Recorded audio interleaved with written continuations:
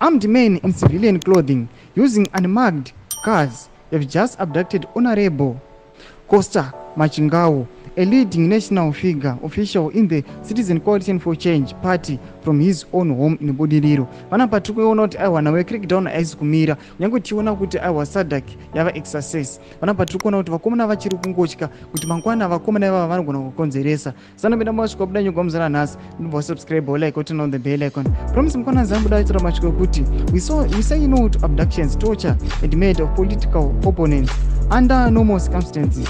The abduction of one person should lead to the cancellation of the SADC summit, because every life matters and SADC must respect and protect the sanctity of life. Even though still wrong and needless, it's better to formally arrest, detain at a police station, take to court and deny bail.